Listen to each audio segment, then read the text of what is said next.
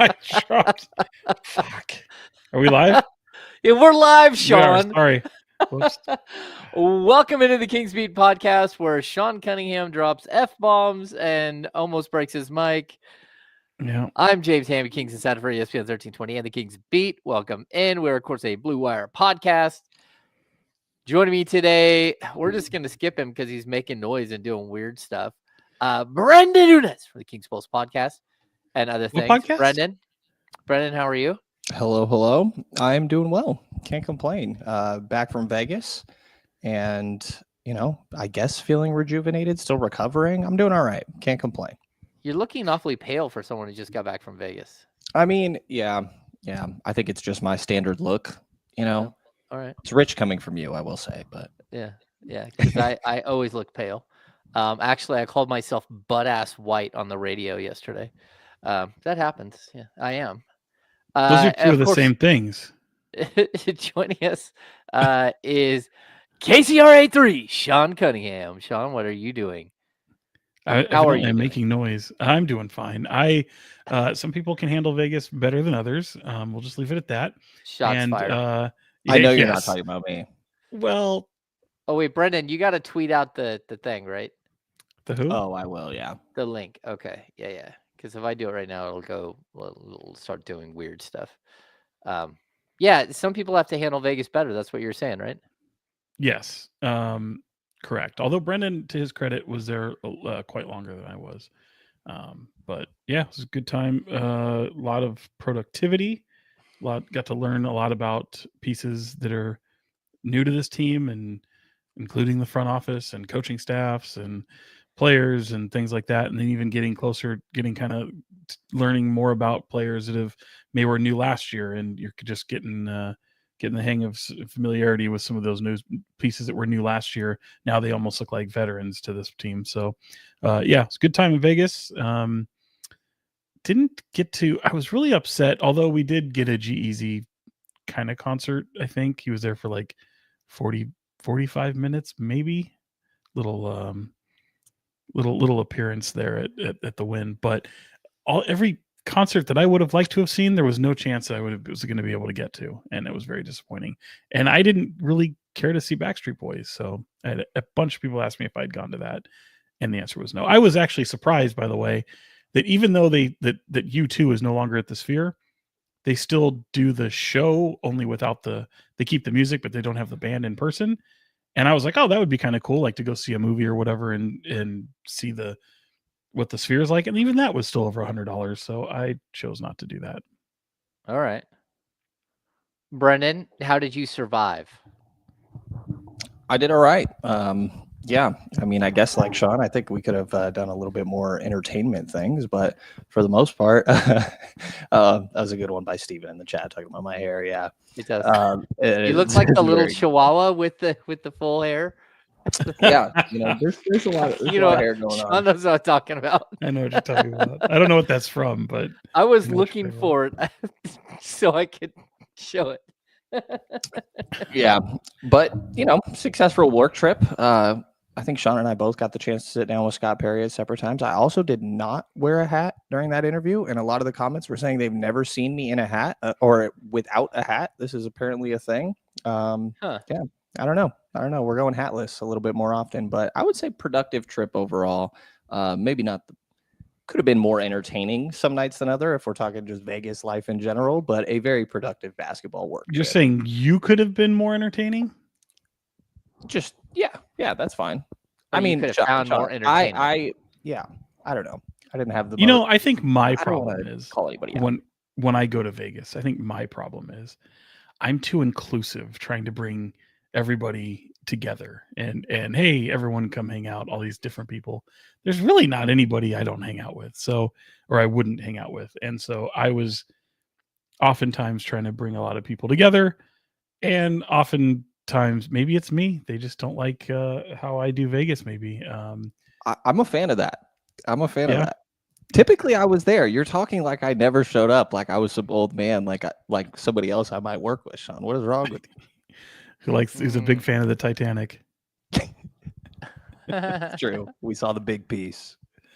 Oh, And that's another one of your coworkers that really likes to admire art, and that was Joe. that no who? Oh. No, that'd Never be mind. Alan. Alan, Yes. really admirer of art. That was that was fantastic. I don't even want to know what you're alluding to, Sean. It's not as crazy as you might think. No. It's literally him looking at a piece of art. Actually, Big art guy. Yeah, who knew? How was your week, James?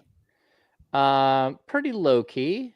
Hey, I'm sending out a tweet right now. We have a live Kings Beat podcast right now. Join us. You can just type. It's fine. We'll you finish your job over there. We'll take it from here. Here's the link. I also just got one up. I forgot to press send. Oh, that's why. Okay. Yeah, my fault. Sweet. All right. Okay, we're live. How about this weather, huh? I literally I was telling James before Brendan jumped on. This is crazy weather. I mean, it was hot as hell down in Vegas for sure. But up here, it's like unseasonably cool. I literally just drove through rain coming from downtown. There was 3 to 4 minutes of solid rainfall on my commute. That doesn't make any sense. I up here right now, I have it at 70 degrees. Whatever's happening right now, I'm here for it. Like if people across, especially in the middle of the country, don't care about the environment, and this is what happens, that we get 75 to 85 degree summers, I'm here for it. Like, okay, it is what it is. Like, I hope we all like do our part, but if they're not going to do their part, it's fine. I'll just live in a much better climate for some reason, because clearly we're damaging the world. So, Evidently. yeah. So you guys just got back from Vegas. Well, Brendan, when did you got home the latest, right? Did you stay all the way for the finals? I did not stay for the semifinals or the finals. It was I was booked through Friday. Wasn't sure if they were going to make it at that point. I didn't want to book 2 more rooms on the off chance that they get knocked in the semis. So kind of wish I would have stayed, but I was already there for, I think, like 11, 12 days or something like that. So it was long enough. Okay. Yeah, I'm with you. I don't even enjoy going down there at all anymore because it's just so hot. Yeah. Okay. We do have lots to talk about, though. Sacramento Kings, of course, lost the finals in Las Vegas to the Charlotte Hornets. It was a good game. It made a lot of mistakes, which cost them any chance to win. And I think there's still plenty of things we can take away from it, but more like globally, like what do we see from players that actually might translate to what we're seeing with the parent club this year? What was your? We'll start with Sean. First of all, do you guys have your podcast candles? I'm going to assume Brendan doesn't have a candle today. You're at somebody's house and they don't have a candle, and it's a female's house, so she definitely not has nearby. Wow, Sean. No, not nearby. That's good. Wow. Sorry. Let's start with Sean. Let's get a. We'll start it this way. We'll just give me your number one takeaway from what you saw. Not like multiple players, but your number one. Maybe who played the best, or what did you like the best about what you saw on the court? Yeah, I mean, it'd be. I don't think you have to go much farther than Nique Clifford. To me, he's plug and play right away. He fits instantly into this team, shows the ability to be a two-way player, can hit a big shot, can defer to teammates. Looks like he has some playmaking to him. I'm still pretty curious about the point guard skills, mainly because Sacramento could clearly use some point guard help. But with his size and some of the athleticism, his vertical his lateral quickness, his verticality, there's a lot of things that just leap off the page to me when watching him play. Interestingly to see, I kind of want to see him be a little bit more aggressive. And I think it's funny because I even mentioned it to him when I was talking to him. I was like, I think I pissed you off with a question about being aggressive. And I know Dip Mystery, the summer league head coach and one of the Kings assistant coaches on the staff, talked about that first game about wanting to see him a little bit more aggressive. At first, I didn't totally agree with that because, Maxim Reo had just an incredible start to that first game. And, then Devin Carter, the next game was really, really efficient, 11 of 13. So he kind of deferred to some of those guys. But I think in some of the games, particularly toward the end, you could tell maybe he hit a little bit of a wall or just a little bit of a fatigue, him maybe just picking up different areas of his game, but the scoring aspect wasn't really there. And but that's okay. I mean, look, it's summer league, so for me to see him checking a ton of boxes, being able to just really fit in almost three positions really well. I'm curious to see what that looks like through a training camp and then early portion of the NBA grind. But yeah, I think he's leaps and bounds just off the page for me is the number one biggest takeaway. Yeah. What do you got, Brenden? Yeah, I mean, I think it has to be Nique. There's definitely other guys that we can talk about, and I'm sure that we will, but Swiss Army knife, I think, was the most common term that it felt like was used with him. And you see the playmaking, you see the rebounds, multiple games where he has double-digit rebounds, nearing triple-doubles in some of these games. And I think to Sean's point of the aggressiveness, I think you don't realize how much he's not being aggressive until you see the moments where he is, right? Like the second half of that first game, I want to say he scored something like 17 of his 18 points in the second half. The game in the semifinals where he just recognizes the moment of other teams getting a little bit of momentum, I think to the Cleveland game as well. And he's like, all right, I'm going to, kind of take matters into my own hands here. And whether that's scoring for himself in the mid-range or getting to the basket or creating an advantage and pass it to his teammates, I think you really saw his ability to create a little bit. And I'm, like Sean mentioned, kind of curious to see the caliber of playmaker that we're talking about when it comes to setting up your teammates. I think the handle still needs a little bit of work before we're even entertaining much of the point guard thing in my mind, even if there's nice playmaking moments and passing that we saw just within the flow of actions. I think it'll translate really well to, this isn't the guy that's going to have the ball in his hands initiating actions at the Sacramento level. So I think the playmaking that we've seen at Summer League will translate well to that next level. He's also shot above 45% from three throughout his time out there. Take the sample size for what you will over 6 games. But I think that he looked comfortable. He was doing everything, playing with pace, like more so at his own pace, never seemed very rushed, I would say, for the most part. So I think he was definitely a highlight that looked even better as time went on. And again, I think that he will be even more optimized when he's the 4th, 5th guy on the floor on Sacramento's roster in this rookie year compared to being one of the primaries like he was here in Vegas. Yeah, I kind of like what Dip did with Nique, because it's, first and foremost, you're like, okay, we keep seeing like this ability to, distribute and to play make for himself and for others. And so let's see if we can check a box and see if he can actually play the point guard position. And they put him at point, and it was like, hey, look at that. He can bring the ball up just fine. People pestered him, and maybe he'll have a little bit more trouble at the NBA level. But then I thought he did a really nice job of not just bringing the ball up and passing it off, but actually getting into an offensive set. And all of a sudden, he's running like a high pick and roll with Raynaud, and he's hitting the lob, and then all of a sudden he's hitting the corner, and you're like, oh, look at this. He's actually distributing and showing you that he's got at least capable of being a playmaker, which I don't know that you ever think a player is going to come into the league and just like step on the court and be able to do. I wouldn't make him like the second point guard at this point. And like, be honest with you, the Kings still need him to play the 3, and that's about it. But I do think that like the versatility of what we saw was really, really nice to see, especially, his ability to score at all 3 levels. Like his ability to create space for himself on his shots was really nice. Like he had people off balance. And so for me, I really enjoyed watching him play. And he just stood out as a player who first and foremost went way further in the draft than he should have gone. But also as a player who probably will play rotational minutes, whether it's 12 or 16 or 18 minutes, like out of the gate. And maybe we're wrong there, but I don't think so. Like the way that this team is built as of right now, he does look like he is the number 2 small forward on this team walking into the season.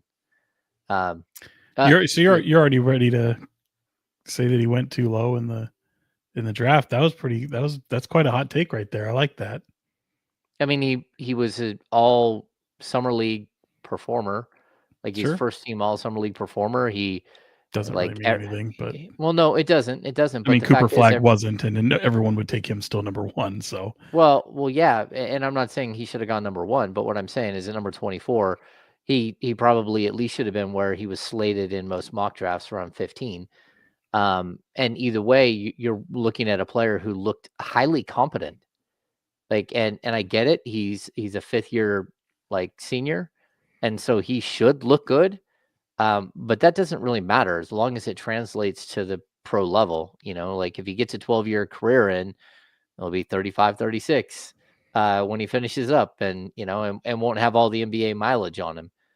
So I was super impressed. Like he just looked like he had a cool head. yeah, no, I'm not saying I disagree. I just there's a lot of I do see it's funny. Maybe you're just the latest in the long line of jumping to conclusions based off of summer league that I've seen. Not even necessarily that it comes to Nique, but like people being disappointed at like Cooper Flagg and seeing the likes of just so many, just a lot of the hot take machines and making conclusions off of that. But I was kind of giving you a little grief there just because it was the most recent one I've seen. But certainly I think guys can be products of their environment too. You might see some of these players, especially 18, 19 years old, not knowing where they're going to come. And like you mentioned, he's going to be he's a 5th year senior in a way, 23 years old, a little longer in the tooth, understandable. But gets in a situation where I think he's going to be able to play right away and be able to contribute at least at some sort of level. And if you contrast that to just a couple of years ago with someone like Colby Jones, like Colby Jones he had a nice summer league at one point, and then it was people hoping to see what maybe he could contribute at the NBA level, and it fell flat. And his opportunity also, the roster changed a little bit, and opportunity was taken away. And so now, just bearing that in mind, it's just it was some of those conclusions that I've heard, and I don't even necessarily disagree with you, James. I just think it's interesting how many people come to a lot of conclusions based off what they see in summer league. I think one of the other standout things about, and I think this can kind of lead us into Max as well, but about Nique is the positional versatility. Like you talk about Colby Jones, I think he was kind of lacking that a little bit, and obviously a little bit later in the draft. But even Devin Carter, like they're trying to push him to the 1. I almost wonder if that's because they don't feel like he can play the 2. Because he doesn't quite have ball handling skills. But Nique, maybe there's a little bit of 1, like we're talking about. Maybe you can grow into that eventually. But I think pretty comfortably a 2 and a 3 right now. Maybe better at the 2. I think he guards on ball a little bit better, like good at getting through screens and all that stuff. But I think there is some versatility there that makes it easier to imagine how he's going to fit into the Sacramento team year 1, because you get options on where you can play him. Shoot, I mean, some teams go small enough that you might be able to roll him out there at the 4 sometimes. Yeah, I mean, I definitely, I think at the NBA level 2-3, like I'm not putting him as even my 3rd string point guard. Although I'll say this, I thought he handled the position a lot better than Devin Carter. And I hate to make again leaps off of summer league, but like most of a good percentage of Devin Carter's assists came on really, really nice outlet passes. And that's a great skill for him to have, especially to mix with his rebounding. But if you can't set up an offense, you're not going to play point guard. And, at this point, I think, Brennan disappeared on us. Oh, Brennan's flashing us with that something was he's the not wrong supposed to. button. That was awesome. That was not good. For the audio listener, it's not what you think. Oh, It's not what you think. Just for people who aren't watching, That on could have YouTube, been anything. Yeah, It it could have was been anything. his place Yeah. of employment avatar that popped up, not a flash for the audio listener. Which I'm always Spectacular. concerned with. Good clarity. Yeah. Yeah. But you get, to that point, James, it's interesting because you see someone like, I say product of their environment, but you see someone like Nique who obviously can address a need at several different positions. He's not someone who has to learn a position like Devin Carter, right? Devin Carter, you're looking at right now and you're going, gosh, where does he fit on this roster from a rotational piece? And the reality is he just doesn't, as the roster is currently constructed. Now, that's not to say he can't play at any different place. We'll see what training camp, sets up, see what the roster looks like. But at present time, because he doesn't really play the point guard position, and Malik Monk is ahead of him in the depth chart. You could probably name Keon Ellis. I mean, all these other players that are ahead of him, like opportunity doesn't really exist for Devin Carter right now. That's not to say that 6 months from now, 3 months from now, a year from now, whatever, that it doesn't. But I think that's what makes Kings fans and us so encouraged by his fit with Sacramento, is because you can see him impactful at definitely 3 positions, especially on the defensive end. Yeah, it's for with Nique. I totally get it. Yeah. I mean, like, I'm watching a player that I get, like, and who instantly, when you watch him, you're like, hey, that looks like an NBA player, straight up. What's that? Comments in this chat are fantastic. Weezy said I look like a Mexican Halliburton. Oh, I think that's what Sean's laughing at here. It got me too. Weezy, come on now. Come on now. That's ridiculous. I still got both Achilles, so I'm doing all right. Oh, boy. Oh, too soon, Brenden. Too soon. Too soon.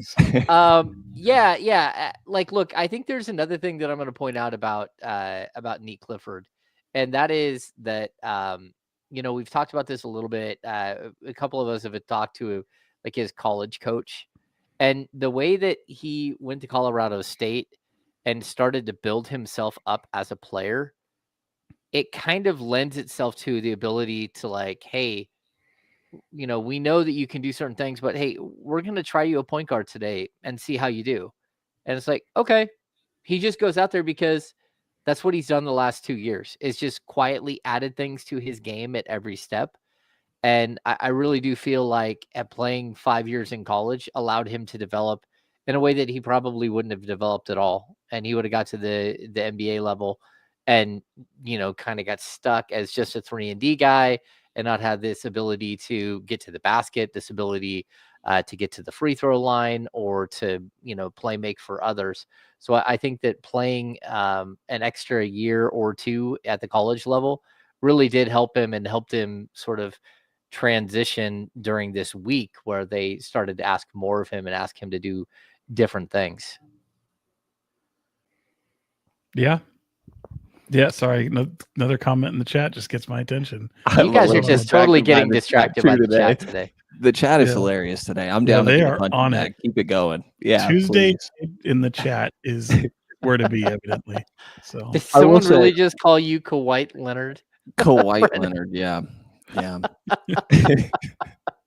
I don't see the resemblance, but I think props for the name, the creativity of the name. What is happening?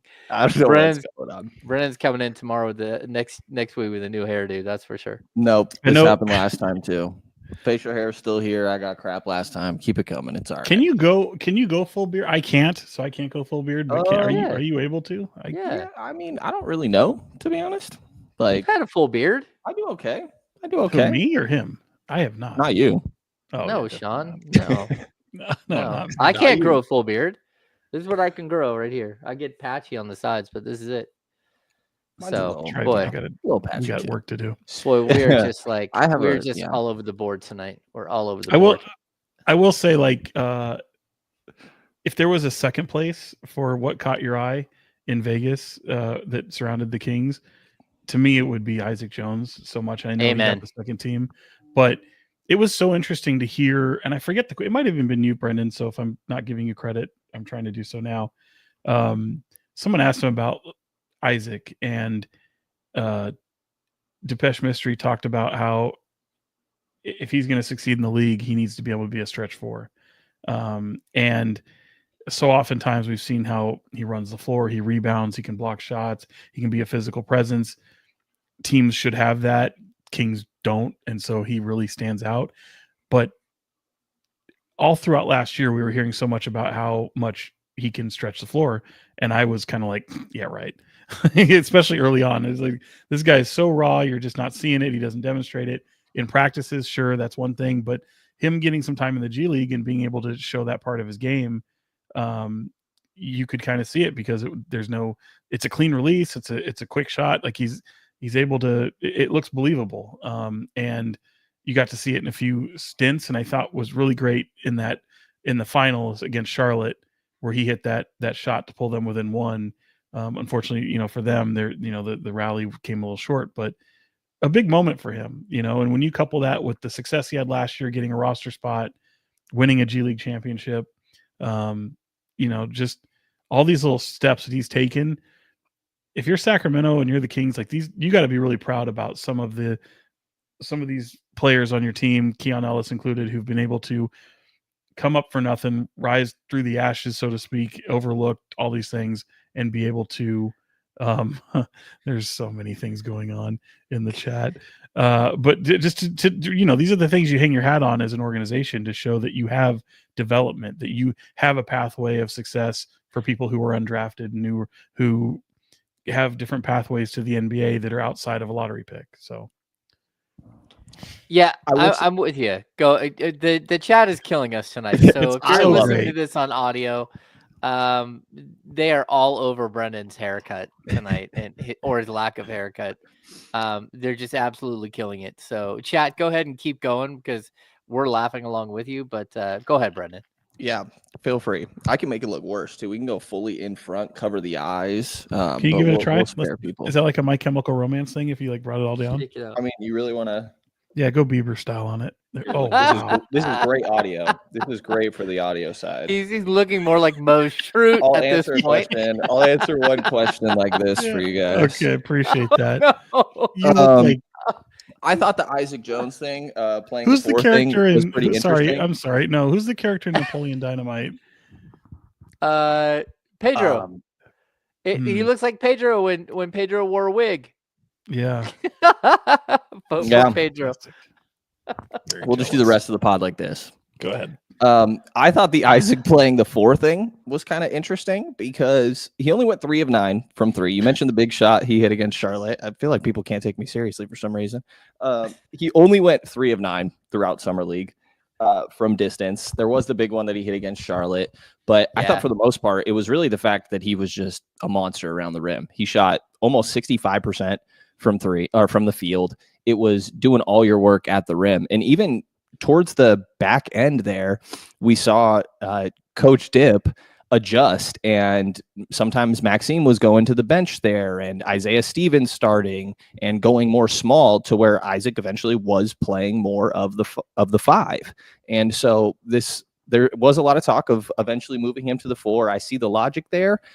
I think that he had most of his success still playing as a 5, though, throughout this. And that's not necessarily a bad thing. You can get some flexibility to where maybe we can still try to stretch him out to playing the 4. But I thought for the most part, he was very successful when he was playing the 5 alongside other ball handlers. He just gets to finish plays, rebound, run the floor, and nobody was able to stop him around the basket.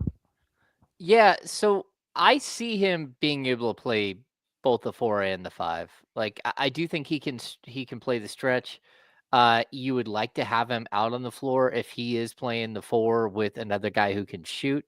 I think, but the way I look at it is like, look, if you're not going to retain Trey Lyles, and at this point it doesn't look like the Kings are going to retain Trey Lyles, and you traded for like the ghost of Dario Saric. Like, who else is a backup 4 at this point? Ghost of Dario Saric. Yeah, I mean, who is the backup 4? I hope you tell that to him to his face if he makes Doug McDermott, James. Doug McDermott is the answer. No, I mean, realistically, the Kings don't have a power forward. Like, because even Keegan's not a power forward. He's a forward, and he can play the 4. But when we're talking about guys who can go in, it used to be that teams that had stretch 4s like had a huge advantage over everybody. Now it feels like the teams that don't have a person who can go in and like set picks and run into people and rebound are at a disadvantage. So I kind of like the Isaac Jones thing. I was comparing him the other day to like, look, he said he's been watching a ton of Aaron Gordon. He's been watching a ton of John Collins, and he just flat out, like, to be real, he doesn't have the 40-inch vert that those two have.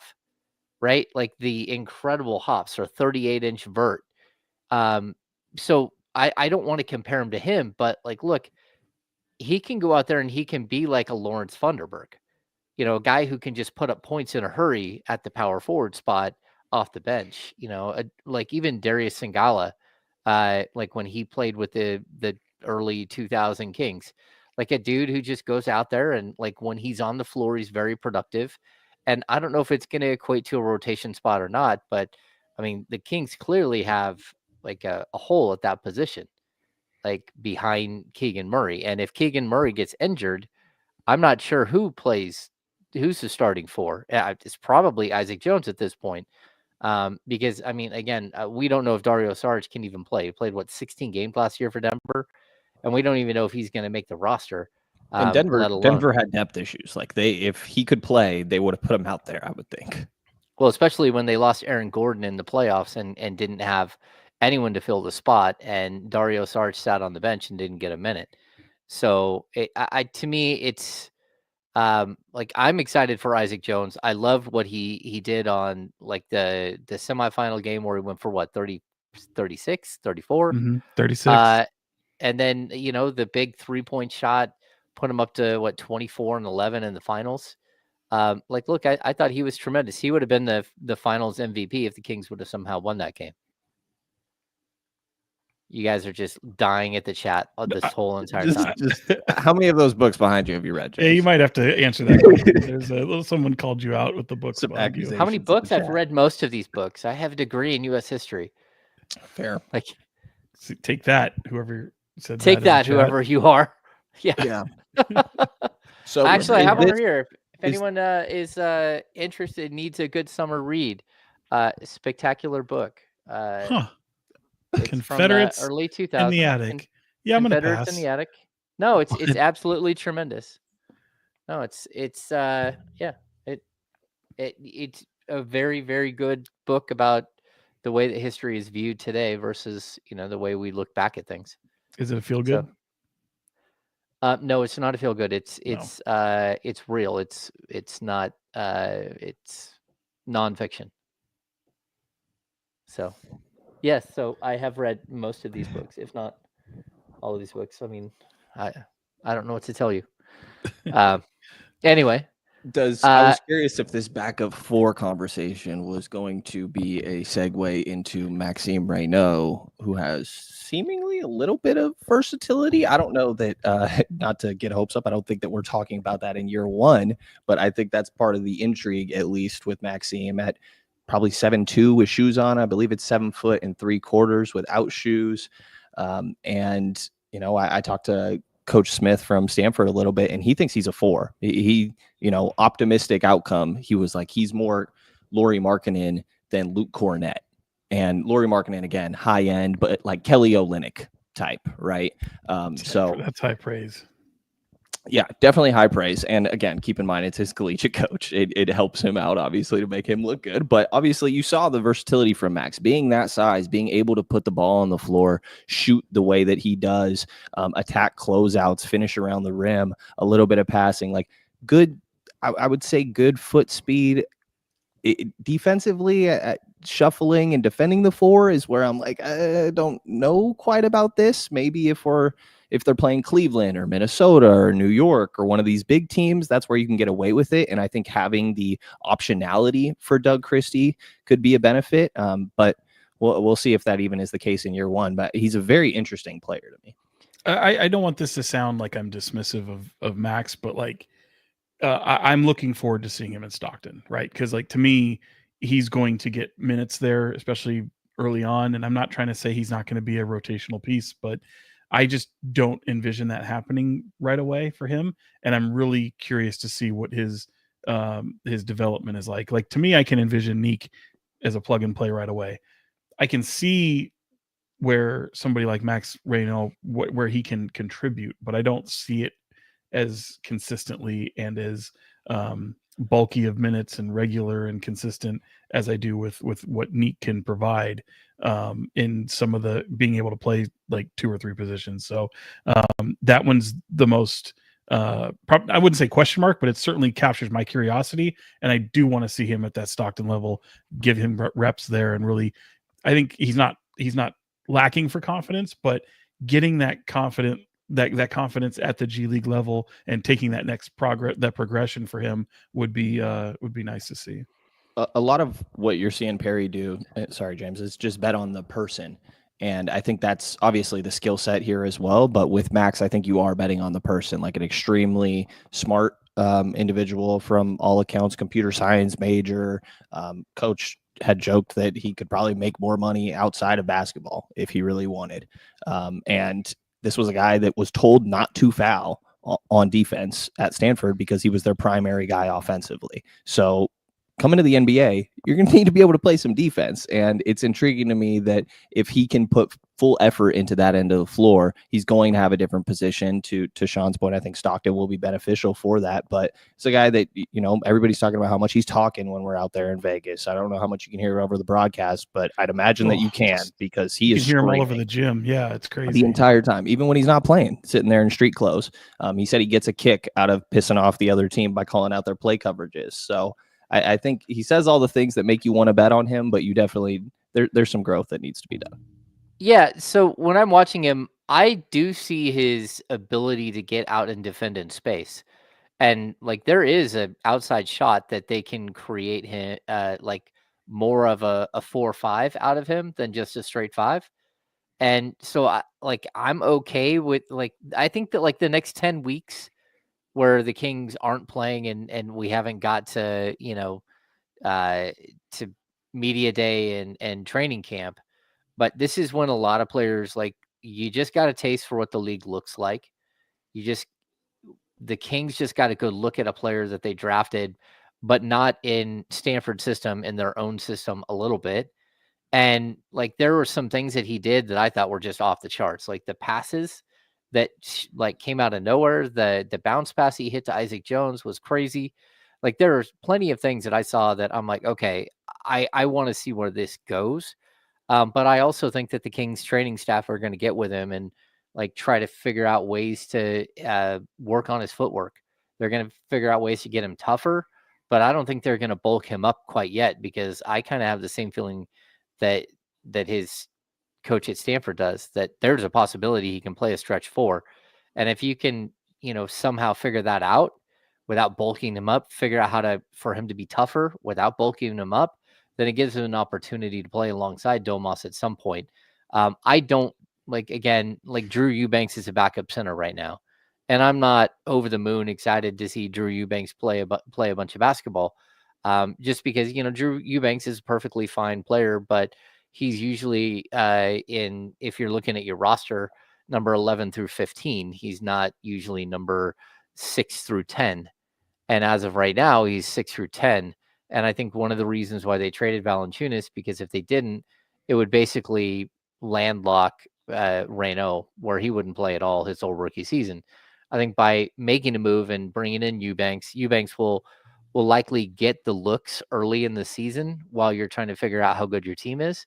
But once you figure out where you are as a team, they're going to shift gears pretty quickly to Raynaud. And because again, I don't know how competitive this team is going to be. It's possible that they're in it. But I also think that there's going to come a point where you're like, okay, we're not going to sit, what could be a promising young player for a guy who is career, either in the back end of the rotation or out of the rotation completely, like Eubanks. Yes. The Drew Eubanks doesn't capture your curiosity there, right? Doesn't. I mean, fills the position. I think that he has been a solid backup center, whatever that may mean, to be honest, meaning 12 minutes a night. He's backing up one of your best players is your center. When Domas is healthy, and more often than not, he usually is, he's playing 35 minutes. And you have another 13 that you got to figure out. And I think that having Eubanks fill that, having the optionality of Isaac Jones to fill that, maybe you see Max like you're talking about there as well, James, down the line. I think you give that an option or give it a look. And at least you just have somebody there that I think what you're getting with Drew Eubanks, even if that doesn't necessarily mean that you're getting a whole lot. I also don't think that he's the backup center, if I'm being honest. Do you? James, I mean, you identified him there, but I don't know if that'll shake out. Who is then? I mean, I'd rather play Isaac Jones than Drew Eubanks. Okay. And to be honest, then who's your backup 4? I think I'm not expecting much from Dario Saric, but if I think he's a better player than Drew Eubanks, if I'm being honest, like if between the two of them, I like Eubanks' activity. Saric is more skilled. And if Saric is healthy, then that's always Yeah, a what I've question been mark, told but about Eubanks is they like his ability to get up and down the court, and yep. that realistically, you have a couple of players that are going to be on this team that they're not going to block the growth of a young player. And so when I look at, let's just say, like, Zach LaVine is going to block the growth of Keon Ellis because Zach LaVine's going to play 32 to 34 minutes a night, right? But I think that even having a guy like, at this point in his career, DeMar DeRozan going into his 36-year-old season, I don't know how much he's blocking Nique, Clifford. He's going to a little bit, but I also look at when they just signed Doug McDermott today. Like, Doug McDermott's not going to block Nique Clifford from playing. Well, Like, those guys are not going to play. I think that's what I was getting to is your backup center. Like they're not going that deep into the rotation consistently. And so if you think of the triad of Eubanks, Saric, Raynaud, if you had a third, Jones, those three, like there's a really hydrate. one. Yeah. There's really only one person that's coming out of that consistently, right? But somebody is going to have to back up Keegan as well. Is there a world where it's DeMar? You could go small. Oh boy, everybody. I mean, that's the point we're at. Yeah, I guess. No, I mean, look at your numbers. And again, the season is far from starting. But you just look at your numbers right now. What's your rotation look like? I mean, Keon's going to play a 3 quite often. You think so? Would he not? Well, I'll say Monk that on the team. Yeah, because that's where, like, we were talking about this today, me and Kyle on the Insiders, and like, let's just say that you have Schroeder and Monk are both going to play like 26 to 28 minutes, right? So let's just be conservative and say that's 54 minutes of point guard. So you're already at 6 minutes of shooting guard that you have to steal. So then, like, how are you going to steal minutes when, Keon Ellis is a guy who should be playing 26 minutes at a minimum, probably 30, but let's just say 26. But then on top of that, you've got a 32-minute per game Zach LaVine. So now that position, I'm at 58 minutes. So now I've got to steal 10 minutes from that position from somewhere. I got to steal 10 minutes somewhere else from that position, and I got to steal the other 6 minutes from the point guard position. So now I'm at like 16 minutes that I'm going to have to steal from the small forward spot. And that means that Nique Clifford isn't going to play at all because, that you were already looking at biting into DeMar DeRozan's minutes. And like, so I think it is complex, right? It's gonna be difficult to figure it all out. And I get, the comment, it's a long season and people get hurt. Yeah, sure. But that's not going to, like, if you're writing out a preseason, this is what we hope is going to be our rotation. Like I think, again, having a guy like Doug McDermott on the bench who has one elite skill and is a great teammate and is willing to just play to his strengths and just do his one elite skill, that's a good thing because you know what you're going to get. And sometimes you're going to need it. And you're going to be like, hey, Doug, no one can hit a 3 tonight. Go help us. And then other times you're just not going to play him for 3 weeks. Seems hard to get him on the floor. I mean, I think it's going to be the same dilemma that they faced last year when it came to Doug McDermott, is putting him on the floor and like, are they better defensively to withstand what he doesn't offer on the defensive end than they were last year? Does that make sense? Like, are they more physical or are they more of a team that can see? I think they're so much of the same that I just don't see where he totally fits. But obviously shooting is at a premium and you definitely need it, but I question how much rotational minutes he'll get. Yeah. Brenden? There's no face behind me for what it's worth. The chat is freaked out. The chat has successfully gotten Sean and I to turn around in the last 5 minutes here. That's my smoke detector, and it does flash. It doesn't beep. That is one of that's. I wish it beeped. It'd be really funny. No, No. it works. I'm just saying it doesn't. You know how people have it like in their Yes. house and they don't change their battery. Yeah. It Yeah. might change. I'm very on top of the battery. Yeah, while I- we were on vacation, the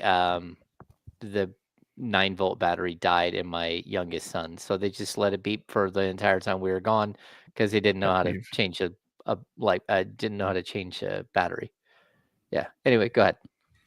Yeah, I mean, I just don't think that it's not exactly doing Doug Christie many favors. I would say, like, as we're going through here, there's not a black and white, hey, this should be your top 9 guys. You know, I think it's going to be dependent on a game to game basis. It's going to be matchup based. It's going to be who's rolling a little bit. And you're going to try to have to see, like, does Dario Saric give you something? Does Isaac Jones be able to play the 4? Or are you going to have to do, like, is Nique Clifford going to have to slide down to the 4 a little bit, which is a crappy thing, I think, to kind of ask him in his rookie year. But maybe there's certain lineups where you can get away with that a little bit more when you're talking a bench unit. Maybe it's Zach LaVine, DeMar DeRozan. Maybe you're pulling DeMar early maybe DeMar still starts, but he's the first guy you pull 4 minutes into the game, and then you're putting him back out there. And there's a lot of times where it's like, we do prefer to put DeMar DeRozan on the Aaron Gordon of this team, and he is a little bit of a stronger, more physical guy, even if the foot speed is not quite there. So not exactly the most ideal scenario with all of this stuff.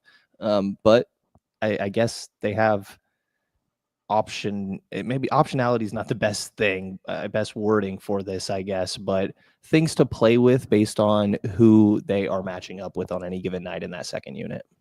Yeah, I think it's funny too because you're like, oh, they might have to force Nique Clifford to go play the 4. It's like they're forcing Keegan Murray to play the 4 38 minutes a night for the last 2 years. Like, sorry, bro, we ain't got nobody else. You're going over there and playing it. Yeah, it's tough. And someone does bring up a point too. Like they lost Jake LaRavia and they lost Trey Lyles, and they did not bring in anyone to truly replace those players. No one at 6'8", 6'9", unless you want to count Dario Saric, which again I'm not convinced is going to play all that much. And again, there's a possibility after looking at their salary over the last couple of days, like the Doug McDermott addition, it ate up the rest of their cap space. They're at the luxury tax. They're right below it, within $1 million from my math, because you have to count the bonus money for Sabonis and DeMar DeRozan, which accounts for $3.7 million, and it puts them right at the luxury tax. So, yeah, not a great look. Trey Lyles hasn't got traded. Manny too little. Trey Lyles is unrestricted free agent.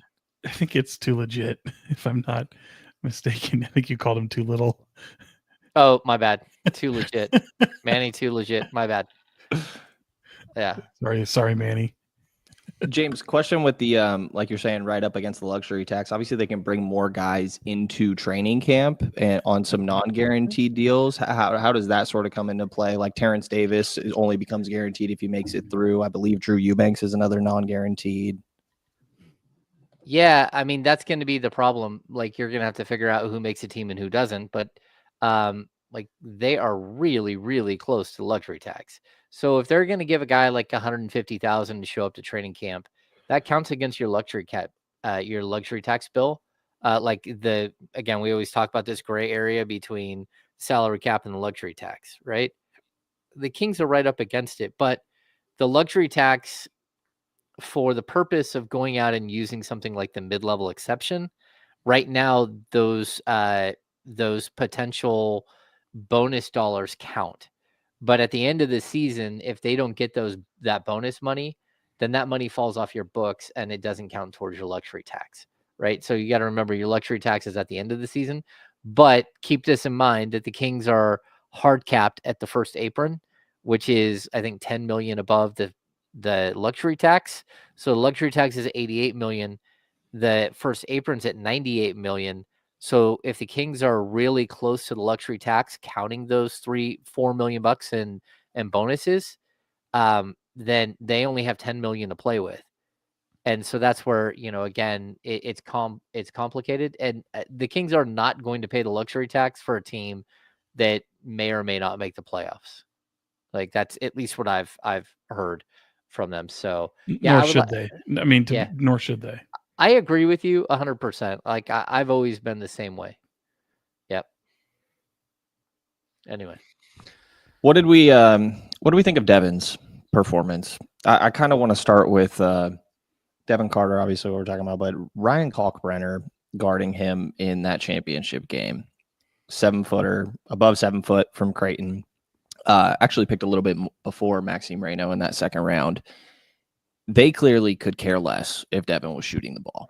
The fact that you're putting a big on him was really like a whoa moment for me, at least. And especially because he didn't really do that much about it. I think he, Dip, rest of the team, whoever it may have been, did a good job recognizing it. And then they started to go to it a little bit, specifically in that second quarter. He knocks down 1-3, and then he's able to attack after Kalkbrenner's closing out a little bit in some scenarios. But I thought it was a very up and down just summer league in total for Devin. Obviously, there's the 30-point performance in game 2. There's game 1 where he says his shoulder's hurting. I'm sitting there. I don't know how much you saw this too, Sean, but I remember if it was game 3 or 4, but he was in pain on the bench. Like at one point, I see him mouthing to an assistant, "It hurts like bad." Mm-hmm. And every time I play, something happens, he said. Right. So like, and this is, I feel bad for the guy. And I really, not to tell people how to fan, I think it's unfair to be on him for being injured, I will say. But it's a frustrating thing, and it makes it tough to evaluate him. And, like, I don't know how much I can always have the caveat of, well, we don't even know if he's healthy right now. Like, you have to evaluate what he's doing performance-wise, and it was very up and down. There was the one good game, and I honestly thought he still was forcing a little bit in that one. The team had a good flow for the most part, and I thought he took them out of it a lot, to be honest. I was going to point that out because I honestly wasn't too concerned about how he shot the ball, because honestly, I think he did that to kind of give himself a little bit of grace and a little bit of comfort and confidence after coming out of that first game. And yeah, he goes 11 of 13, and that's tremendous. I know he shot like shit the rest of basically the entire summer league, but taking that aside, like, what else are you doing? Are you rebounding still? Are you playing defense? I was looking more at some point guard roles, like how you move the ball, how do you handle, how quick are you? And I think he look, I know people are going to harp on the 3-point shooting and they don't like the way that looks. That's fine. Set that aside. I thought he actually played pretty tough in that final game. I think he helped bring the really lead the rally and the charge in the early portion of that comeback. I think his defense was pretty solid, but I still wanted more. He left me really wanting more out of it, for certain. And I think oftentimes we're going to look at him, and I think this is how he looks at the game too, is that in order for him to be successful at the NBA level, that he has to be a guy who's scoring at a high volume.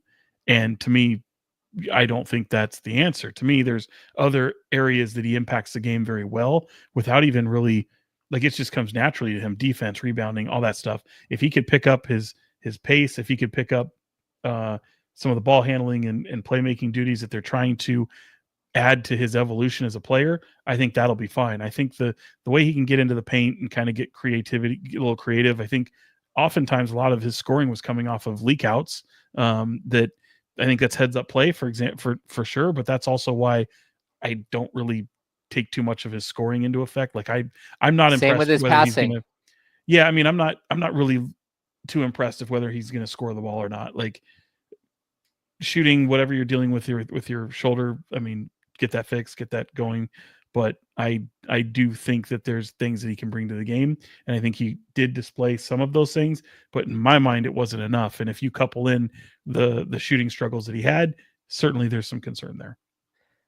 Yeah, I think one of the problems that I had too, and I think we can't keep saying, hey, it's just summer league, it's just summer league, it's just summer league, and then roast a young player who didn't have a summer league his rookie season and played sparingly the whole second half of the season. So I think it's tough to roast him for it.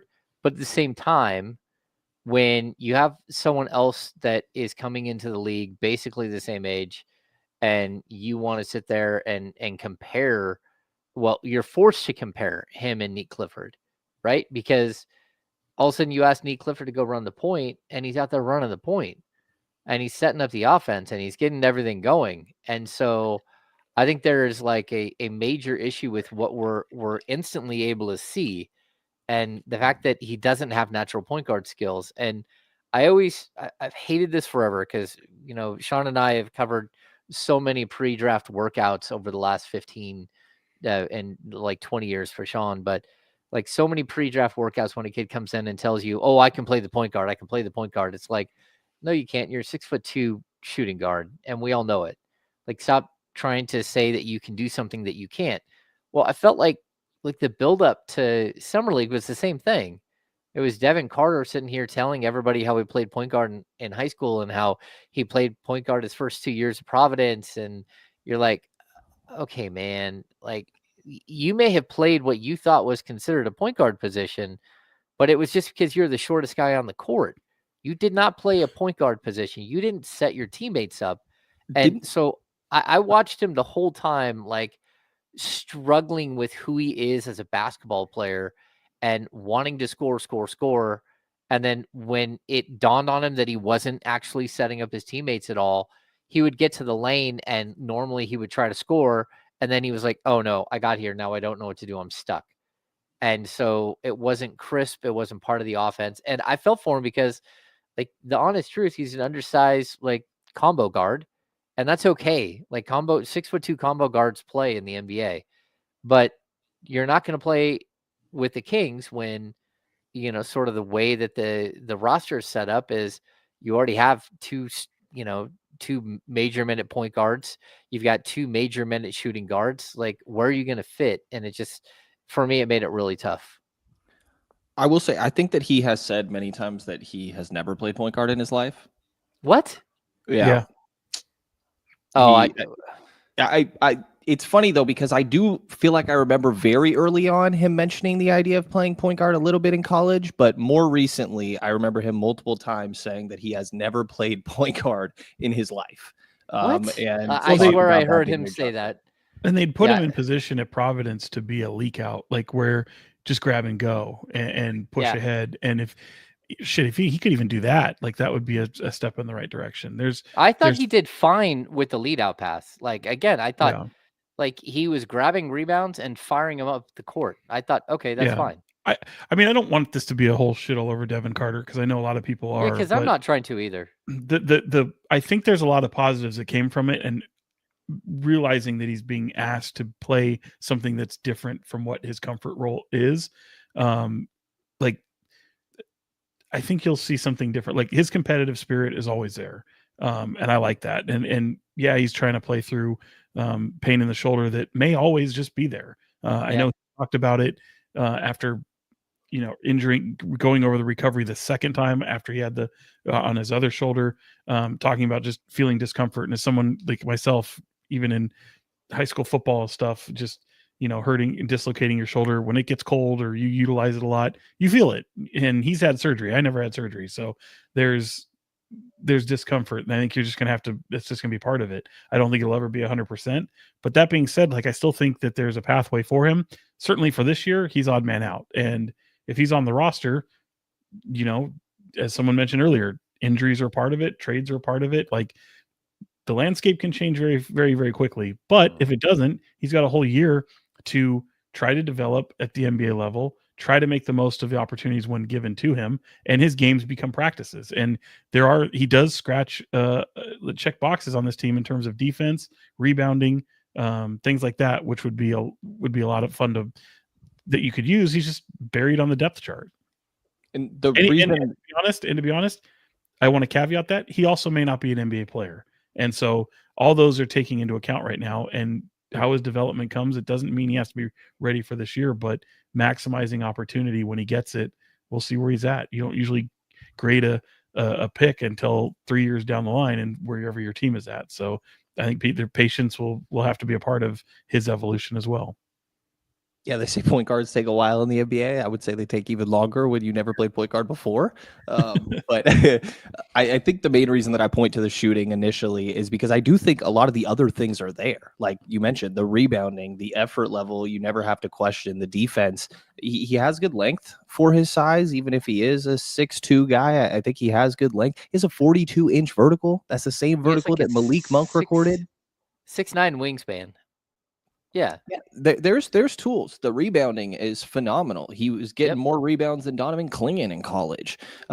He had a really good touch around the rim in college, and I think that you see a little bit of that sometimes. So there's pieces there. I don't know about the whole point guard thing personally. I think I side more with you, James. I think he's a combo guard. I think that's fine, but I think the shot does have to get there is the biggest thing for me. Well, he's a combo guard He's a combo guard on a team that already has 2 combo guards that are going to play major minutes. So, and that's going to bring me to my next topic, which we'll just make the business of basketball. Wow, we got a good one. What do you think the people in that house are thinking when they hear that noise? They've already heard it. Look, it seems all right. They've already heard it. Oh, have they? This is true. Okay. It brings us to the other issue. We're going to talk about position battles and all that stuff. And, we mentioned stuff like Dario Saric versus, Isaac Jones and, Drew Eubanks and like Maxime Raynaud, where they might fit into all of this thing. But we kind of got into a discussion on the radio about this in the last 2 days. And I think people look at me when I'm crazy. But if I'm the Kings, if I'm Doug Christie, and I'm going to hold an honest to goodness training camp where, the old iron sharpens iron and make players go out there and fight for their position, I'm going to roll the ball out there and tell Malik Monk and Dennis Schroeder, whoever plays the best wins a job. And really? you guys both went to the Dennis Schroeder, press conference. But look, Dennis Schroeder has played 842 games in his NBA career, and 24 of them have come off the bench. You didn't go out and sign a frontline starting point guard, not even a guy who started last year on most of the teams he was on. And he was on 3 of them. And so I don't quite I think there's a problem starting Malik Monk at point guard when you don't have another Malik Monk to come off the bench and light a fuse and lead your team. But when you've got 2 Malik Monks, which is basically what you have with Schroeder and Monk, I'm kind of the opinion that hey, roll the ball out there and see who wins. Because why not? I mean, Monk is 4 years younger than Dennis Schroeder, and he makes more money than Dennis Schroeder. He's shown to me he started 45 out of 65 games last season. Sure, he started at the 2, he started at the 1. Again, I think he's a combo guard, but look at their assist numbers, look at their turnover numbers, their shooting numbers. These two are very, very similar as players. And so I'm more in the camp of I don't really care who starts. I think they're both going to play 26, 28 minutes a game. But I also don't understand why we would just all just believe right off the bat that Dennis Schroeder should be the starter when, again, half the games in his career, he hasn't started. I just don't think that Malik Monk's a point guard personally. I think that, maybe you could do it a little bit in stretches.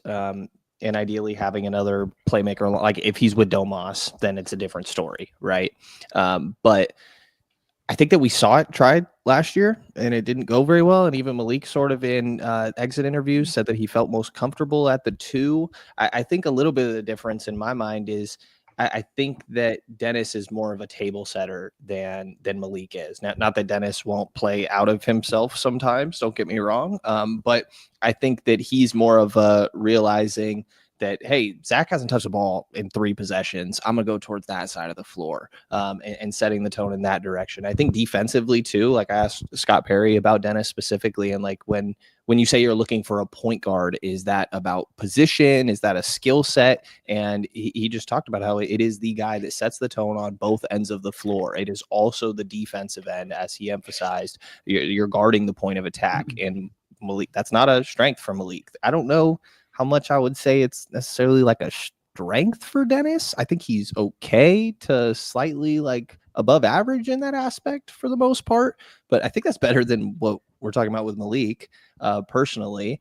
And so I don't think Dennis is coming in and is like a phenomenal point guard, but I think that we saw Malik not work in that way. And if you're trying to change the tone and just energy that group plays with, that you can have somebody that's a little bit more, I guess in my mind, low maintenance at that point guard spot, low maintenance when it comes to on floor, like usage rate and how much they need compared to catering to other players around them. Yeah, it's interesting because I think with Malik, it's they place, like, I get the whole fascination of, will you start Malik over Schroeder or vice versa? I think because of the nature of the way each of them play, they're vastly different players. And I think that's why it never bothers me with Malik coming off the bench, because he absolutely knows his role on the team. And I think, I don't know this to be true, but I think the role that he's played the last 2 years, I don't think will be different coming into this year. Maybe a little bit more point guard responsibility at times, but I still think they're going to be asking him to play the same particular role that he's done those first 2 years that he had with De'Aaron Fox. Do you guys agree or disagree? I would agree. What, with Malik, like being like the lightning rod off the bench? Correct. Yes, the Vinnie Johnson, the guy who can go out there and play that 2-man game better than anybody on this team, especially with Domantas Sabonis. I think he'll understand his role as that 6th man and that microwave and that scorer, and being a little bit of a playmaker, but not having to be the sole point guard responsibilities. I think Dennis Schroeder, on the other hand, comes in with a more traditional point guard type of mentality. And I don't think you want to take away from those responsibilities that Malik Monk has been asked to do over those past 2 years, because I do think they equate to winning. I don't think putting that type of scoring piece next to DeRozan and Levine and Sabonis and Keegan Murray, if that's what your starting lineup is looking like, I don't think you put those in a starting lineup. I think you need that contribution off the bench for a little bit more roster balance. So to me, he's absolutely your 6th man if he's still on this team, and you ask him to do essentially the same role you've always asked him to do.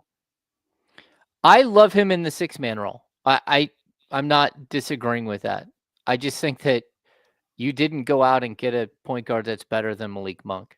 And you guys can, like, we can look at usage. We can look at assist percentage. Their usage is basically the same. Their assist percentages are basically the same. Their assist to turnover ratios are basically the same. One guy is like 4 years younger than the other.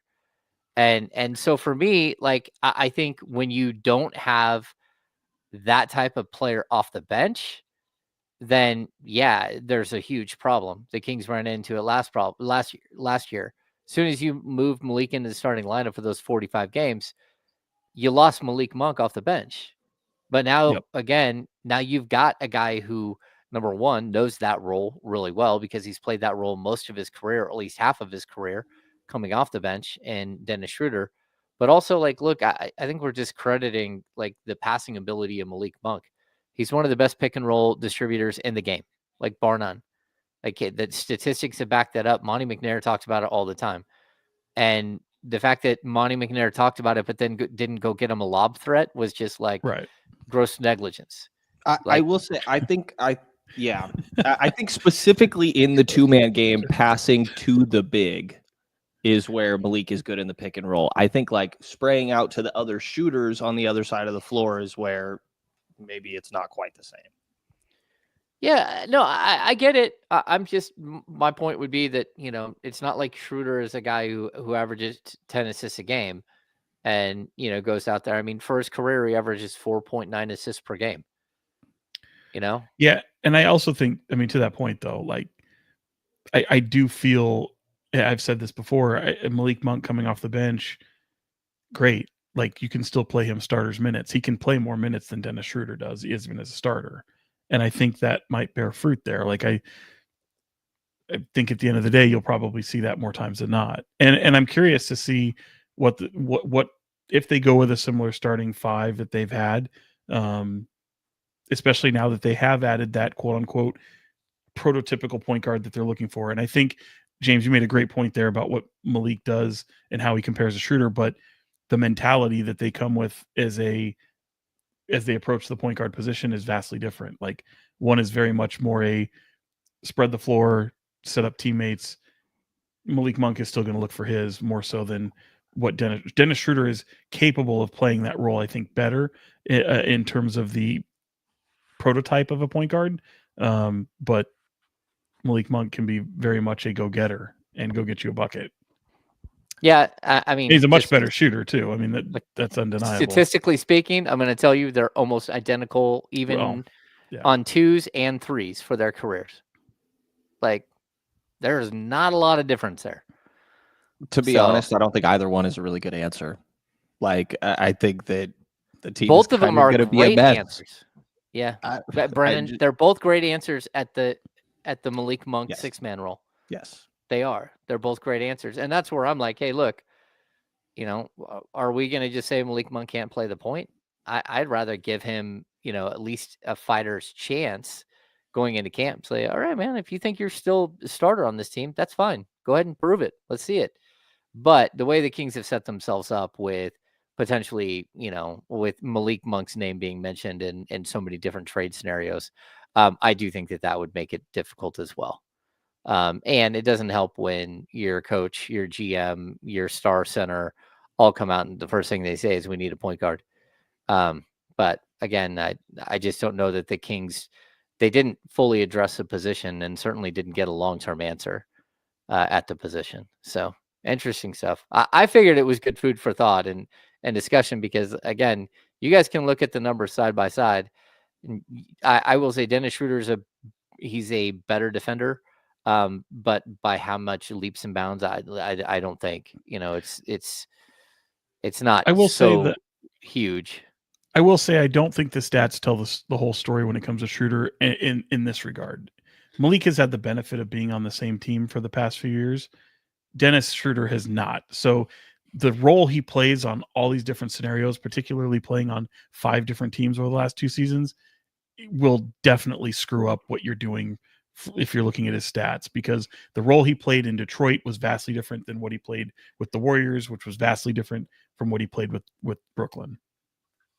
Yeah. And the role he's going to play in Sacramento matches none of them. Right. Yeah. Yeah. And if you go through his career, it's been a lot of that. He went from being the starting point guard in 16-17 and 17-18 of the Atlanta Hawks, starting 78 and 67 games. Every game he played, he started for 2 years. Then he ends up at OKC and only starts 14 out of 79 games. And again, becomes a 15.5 point and 4 assists per game guy. He basically became Malik Monk, and was in the running for 6th man of the year. 1 year he was 8th, 1 year he was 2nd. And so, like, look, I get it, but that's kind of my point. Like, we're talking about a placeholder, and you don't have the guy who's holding the place for at all. And so for right now, I have no idea what they're going to do at that position, but I'm not just instantly writing it off and saying, yeah, let's just, it's Dennis Schroeder's team. Because that to me, like, he doesn't just instantly, like what we both said coming into this offseason, Sean, they needed a top 15 point guard. They didn't get one. And so at this point, like, it's a coin flip to me, which one of these guys is better. And again, I think that Monk, like, him moving into the starting lineup exposed the fact that the Kings didn't have another player like him to fill his role off the bench. And they now have 2 dudes who do the same thing. and so you're not going to have that big of a drag off the bench. So I'm intrigued either way. I also had to remind myself too, because as we were talking about the two of them, I was like, did they cross paths when they were at the Lakers? And I know Schroeder was there the year before, and then Malik gets there 21-22, and then Schroeder returns to the Lakers after Malik dips. So they're like ships passing in the night, really. Yeah. Did Dennis ever play for Charlotte? He's played everywhere else. I don't think so. No, he He's didn't. played everywhere else. No, he didn't play there. He has. This is That's Team 10, funny. right? Yeah, 10 this is team. crazy. Yeah, it's crazy. It's crazy. All right, let's do you guys have any questions? You guys throw us questions. This chat has been among my favorite. Yeah, I don't know what is happening. We might not want to take an all-time questions. chat. We might not want to take questions from the chat tonight. You guys have been ridiculously funny, but also ridiculous. That's a hell of a question right there. Guy. You cannot get a media credential. I don't know what media outlet do you work for? Just wondering. Don't give him the time of day, James. To be honest, I know. Hold on. To be honest, I know some people that I question that all the time. What media outlet they work with? Word. A friendly bet on the Keegan Murray $30 million over. I mean, no, I don't want to make a friendly bet. I don't want to make a bet, but okay, yeah, I still think he'll get over 28.5. I think you put that in the chat earlier. Yeah, I think they're going to pay a little higher than that. I could be wrong. I think there's a lot of bad contracts out there, and those were some contracts that predate the aprons. And also, someone asked if I'd rather see the Kings win the championship or get a kiss on the cheeks by Rihanna. Cheeks, like multiple cheeks, plural. Which, not just a cheek. He could be talking about something completely different. What cheeks? Hector, I don't care what it is. I'm always taking the kiss by Rihanna. Are you out of your mind? Do we get a clarity on your answer though? Like, I don't know if I want. If you got to pick 2 of your 4 cheeks, Sean, which 2 are we picking? Jesus, Brenden. Wow. That's wild. Asking the important questions here. Cheeks make me blush. There you go. Make me blush. Let's hope that's not true. That local guy. What happened? Yeah. Oh. It's not true. It's not true. You know him, James. You've met. That's true. You've met. I know Drew who it before. is. I know who it is. I'm making sure. Hey, for what it's worth, NBA Guru show, I'll take the under as well on the 28.5. Just because the market is not good for anybody at this point. We have not set up a live show. We're not going to do a live show. We're going to do a live meet and greet. I've had a busy summer, man. I've had a busy summer. Where's the I've got a kid who's about to be a senior in high school. I've got a kid who's about to move away to college. I've had a busy summer. Cabo, boats. Yeah. No Vegas. Gotcha. Let's see. This question, Andrew, where is Nique getting his 25 minutes? Malik gets 25, Keon 25, and Schroeder, Levine, DeMar all get 30. To be honest with you, I'm going to put DeRozan's minutes closer to like 28 this year. Levine at 32. Yeah, I don't know. You're going to have to find a spot for him. I 12 to 16 minutes is what he's probably going to start early in the season and see if he can grow from there, but that's a good start. Yeah, I mean, a rookie's not coming in and playing 25 minutes right away, especially just with the construct of this roster currently. But this team could look really different by the deadline passing, and Nique could look a lot more comfortable by then too, and maybe it'll all work itself out in that way. Yep. Oh no. What happened? I don't like when James goes, "Oh no," it's typically really bad. Yeah. Okay. What else we got? Chris Ochoa. Yeah, your Angels lost to the Mets. I have a question about the Angels. I'm like 40 minutes from the stadium. Have either of you been there? And is it horrible or is it worth it at all? Like, they're also like, I could spend like $15 to go to a game. So, well, that's the thing. The team sucks, but if you can see someone like Trout, the setup for the stadium sucks. But I'd go. You got nothing else to do? Go check it out. You've never been there? It's baseball, man. I have not. Who are they playing? Like water feature they got sucks, or is it cool? Yeah, it sucks. No, yeah, it sucks. But it's a ballpark. It's Major League Baseball. It's cheap. It's not that expensive, you know. So And it very depends deep. if you're going to have like a bucket list to like hit every Major League Baseball stadium. So if you're right there, you might as well go to a Dodgers game. When you're down to San Diego, no, go to a skip Padres that. game. You don't need to go to the Dodgers game, but you could go. I've already been I to could- Dodgers. Dodgers yeah. is fine. If San Diego were to have been playing this week, I would have gone because I haven't done that one, and everybody says Petco's beautiful, but didn't work. It's out. cool. Let's see.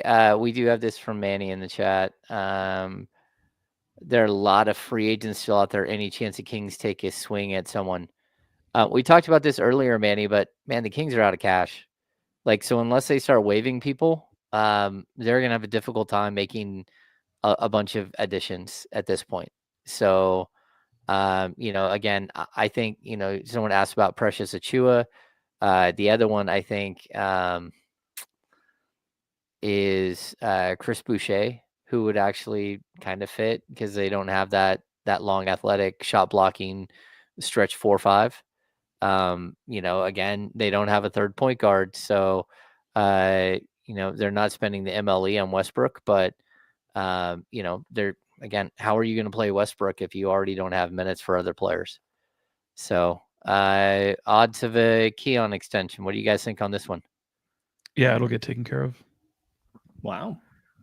Oh, I mean, oh, yeah, I don't think that's out of the question.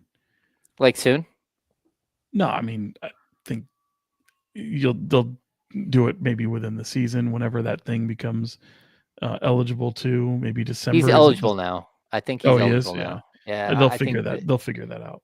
Yeah, there was a reason why he might not be eligible for it now, but I think that was debunked. Gotcha. I think he is eligible now. No, I think it's they want those guys around, and I don't think that there's anything, I think both sides, both the organization and his people, they all understand that. They kept him out of restricted free agency, which I would argue is a good thing. I think the markets are showing that right now with all the players that are in restricted free agency. The market's horrible. So I think they did right by him, and they've got ultimately his best interest at hand. They want to keep him in a Kings uniform. So I'm talking about Keon. I think Keegan, that thing will be a little bit more figured out, but we'll see. Yeah, and I know, Drew, you're just being funny, but so they need to clear cap space. They don't need to clear cap space this season to sign Keon. Any deal they give him would be for next year's contract, not this year's contract. There's no way for the Kings to get low enough below the cap at this point that they could renegotiate and extend his contract. So that would be a very, very difficult situation. Someone asked about, I did not go to Rakim. By the way, didn't know that music venue was operating and bringing in some acts. So I'm excited to see what they have on their calendar. I know it's off Del Paso over there by, I think, that rodeo joint. It's called The Rink. It's a music venue that's on Del Paso. He had Rakim in there, and usually it's Eric B and Rakim. They're always together, it seems like, but no, this was just Rakim. So I did not go to that concert, but it would have been cool. I actually heard about it way too late. There was no way I was going to make it. Okay. I did go see on Sunday. What'd you see? On Sunday, I went to see, you're going to laugh because it's old school, but I went to go see Toad the Wet Sprocket. I would not laugh. That'd be fun. It was actually a great show, and it was at the Quarry in Rockland, which I had never been to, but they have like a ropes course, and it's literally like an old functional quarry, rock quarry. And they've made like a really cool small amphitheater there. And like it sounded great. It was super cool. We had a great time. I've seen Glenn Phillips or Toad the Wet Sprocket in concert like 10 or 11 times at this point, but one of my favorite bands from like the 90s. Brenden has no idea who that is. No clue. Like a wet sprocket? What did you say? You would hear like a couple of songs and know them.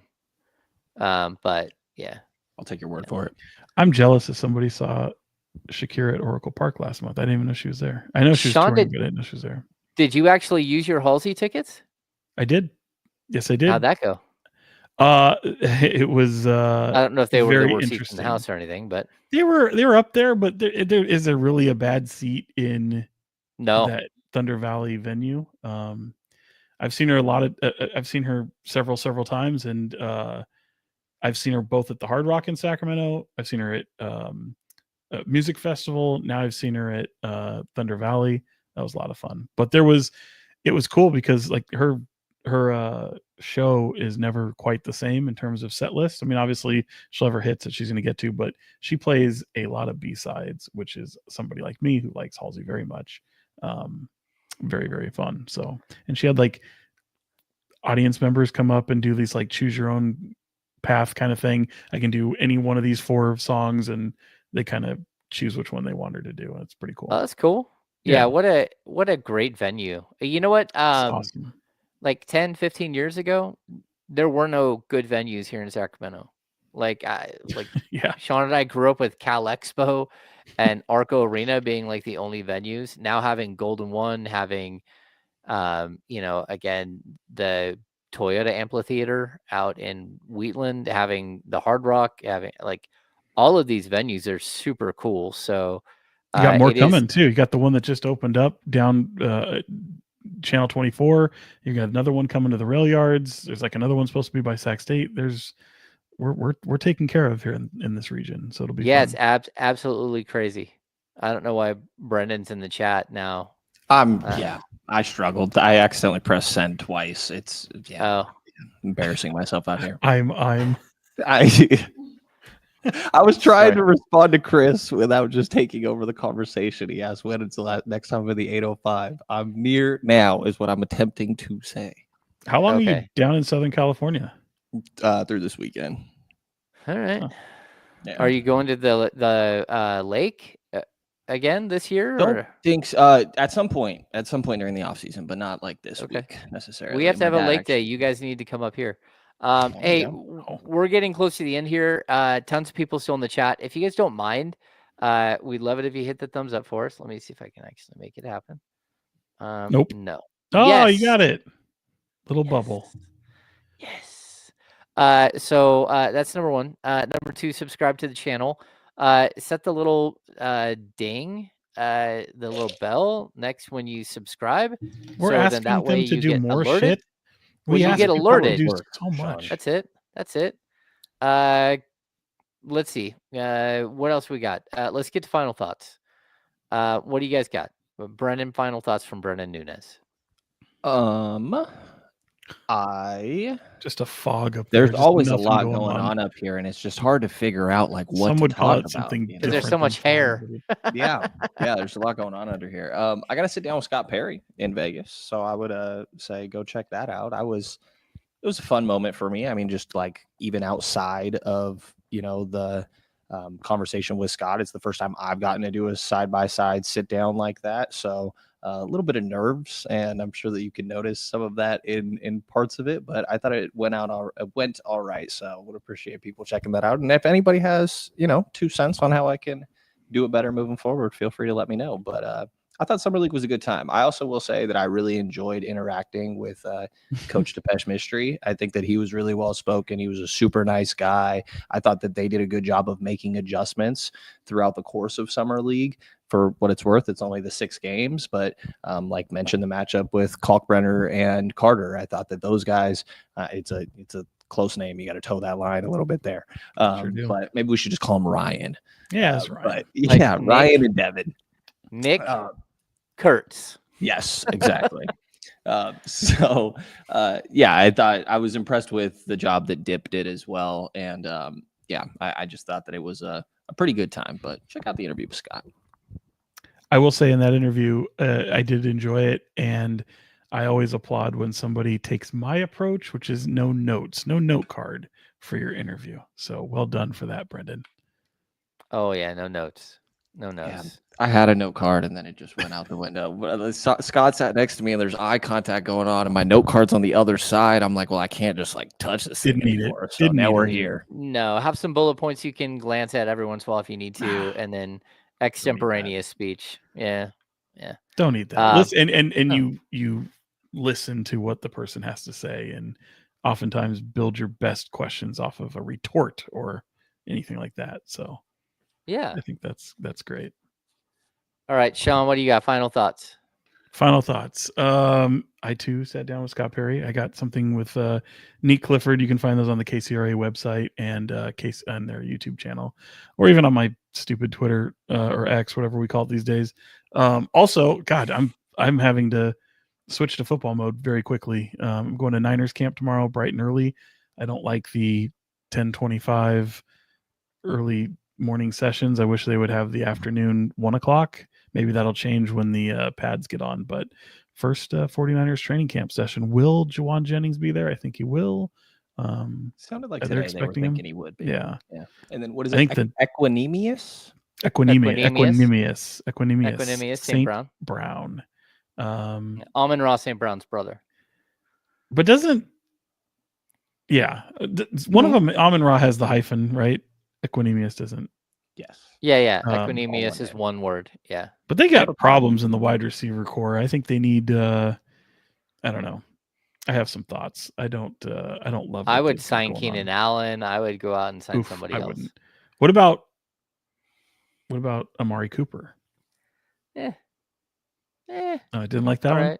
Okay, Odell Beckham. No, definitely not. No, just don't bring back River Craycraft. If I see him on the 49ers roster sheet again, they don't need that. I love River Craycraft. I don't know what you're talking about. Yes, I do. He played for Miami the last couple of years. Like I dig River Craycraft. Yep. Him, and then there's another guy that played for Miami with a wackadoodle name. I take him on the 49ers too. All right, let's see. Final thoughts. I don't think I have a bunch. I did not get a sit down with Scott Perry because I was on vacation, but that doesn't mean I didn't speak to Scott Perry. So we're all even here. We're all even in the game of life. We should try to get Scott Perry on the podcast. Brennan, how would that work?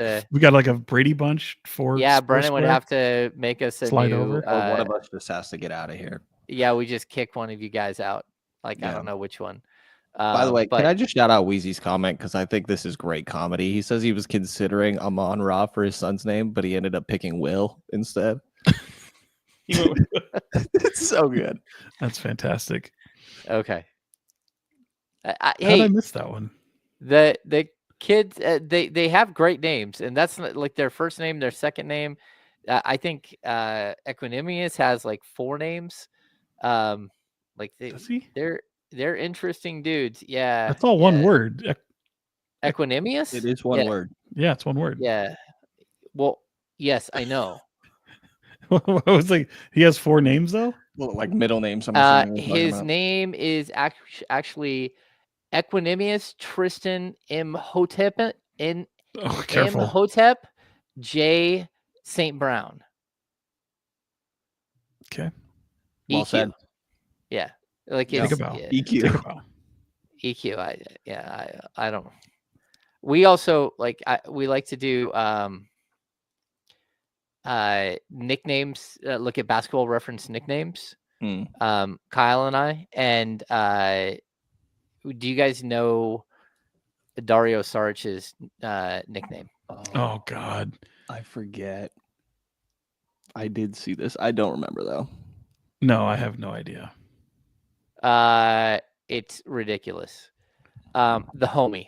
He also goes by Super Dario or CC. Oh yeah, I knew that part. I Shishi. Actually called him that, Super Dario, on our podcast when we Super Dario, but the homie.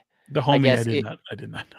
That is what Joel Embiid decided to call him, and it stuck. So it also gets up on. He also kind of has like a Reference. 70s porn star look to him, you know. He's got the stash. He's got the stash. He's and not only he's aware, like he steered hard into this look. So yeah. I think stop laughing. Brendan's trying to steal his look. Yeah. That's crazy. You shave that beard, just leave the mustache, Brendan. No, I think I'm good. You got it. We'll call you Super Brendan. Or we'll call you the homie Brendan. And we'll just steal that nickname. All right, sweet. That's going to do it for this edition of the Kings Beat podcast. Thanks for hanging out with us. I know it's late. It's 10:20 on a Tuesday night.